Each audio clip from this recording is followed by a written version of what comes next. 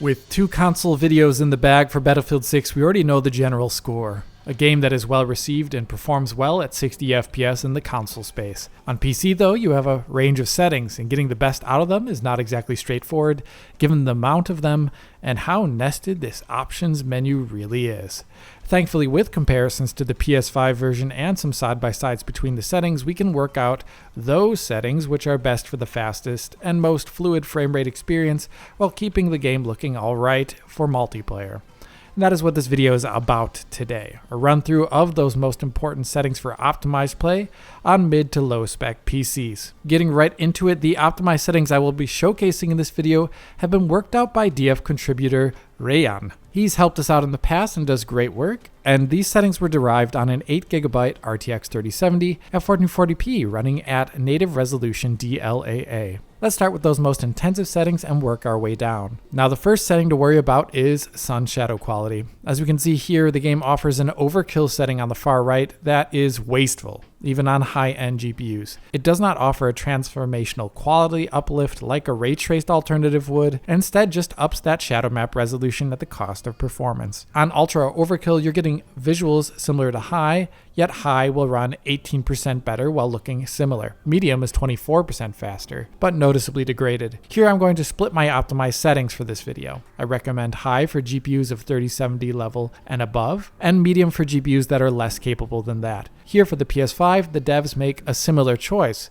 with the custom setting where its resolution quality is between medium and high, and the performance mode has PCF filtering turned off. Next up, ambient occlusion and screen space GI. Here I prefer the results of SSGI in this game, as the SSAO black halo visuals look bad and ancient honestly, but the cost is high for SSGI in comparison, in which case I recommend a splitting of settings again. Low optimized settings should use GTAO set to low, while upper end GPUs can use SSGI set to low to avoid that Far Cry 3 SSAO halo look. The base PS5 appears to be using GTAO, apparently set to low here. After these 2 most important settings, the rest of the tweaks will be more minor but will add up in aggregate. First, let's start with volumetric quality. This adjusts the quality of the fog in the game. High improves performance by 3% for little loss in quality, while low has an obvious quality loss for a 5% frame rate improvement. I'll split the settings again here, with lower GPUs using low and higher ones using high. Here the PS5 performance setting uses the low setting as found on PC, while the balanced mode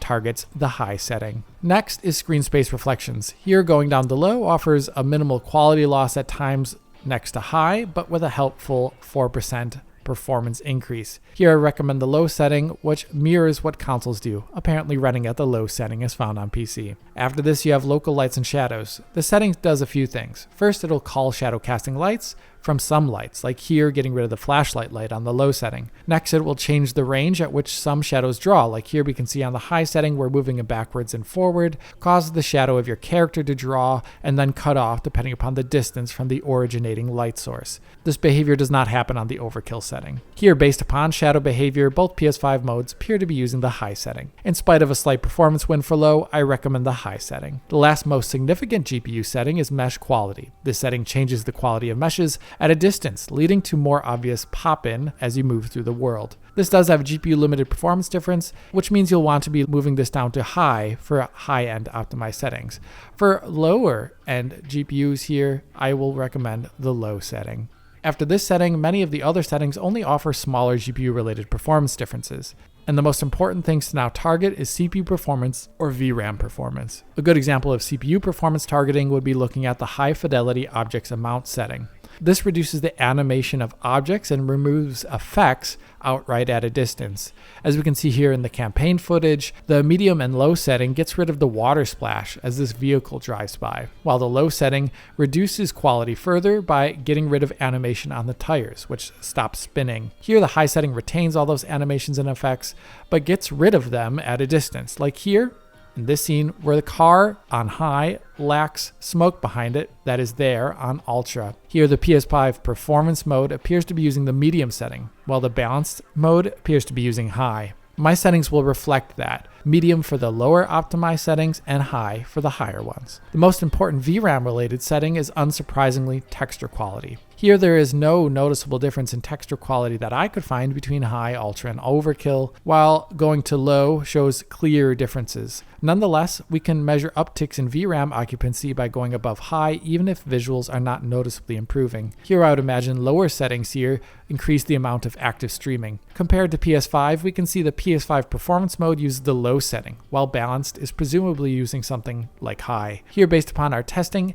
8GB GPUs should not use the ultra or overkill setting, and instead use high. Ultra is better suited for 12GB GPUs. All in all, the optimized settings look like this between low and high variance. Some smaller nips and tucks here, but generally this game will look pretty similar between the lowest settings and its maximum ones, due to the lack of upper end scaling in this game. In total, an RTX 3070 using the high optimized settings, like in this scene here, we can see a 72% overall performance uplift. This takes the 3070 from being sub 60 to being healthily above it at 1440p DLAA. And the biggest visual difference between the two sides here is just the ambient occlusion type. It just goes to show how plateaued rasterization effects can be at higher sampling counts. Using the lower end version of optimized settings, I loaded up the game's multiplayer at 1440p DLSS quality mode on an RTX 4060 to check out how things ran.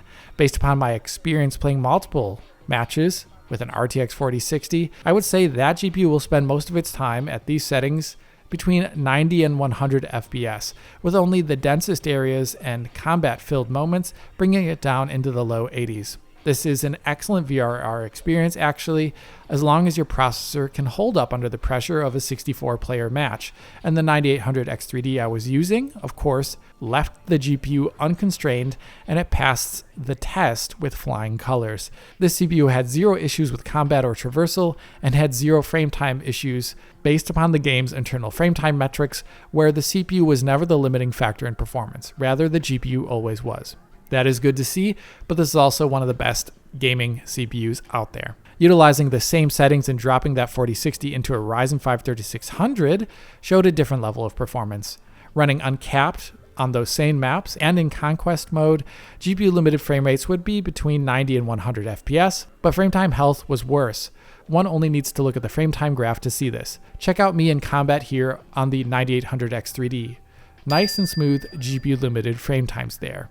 On the Ryzen 5 3600 in similar scenarios, as we can see here, the frame time graph is much spikier even though the frame rate is not all that much lower. The VRR experience would not be awful necessarily, but it would be less than ideal. The biggest issue is in variability of the performance overall. On this Ryzen 5 3600, the CPU limited frame rate can dip down into the upper 60s at worst, I have found. Following the in-game metrics, you can see that the GPU in this scene is capable of 100 FPS, but the Ryzen 5 3600 is going to be holding it back to the 70s or potentially lower. For consistency reasons, I would recommend lower end processors use a frame rate cap. After playing multiple rounds with a frame rate cap, done via VSync to 60 Hz, I saw zero frame rate drops the entire gameplay over many hours. That is great to see. It is a very smooth 60 FPS even in the most hectic moments, and I recommend CPUs of this lower level and lower core count to use FPS caps to keep frame times consistent, because if you don't, you can start seeing issues.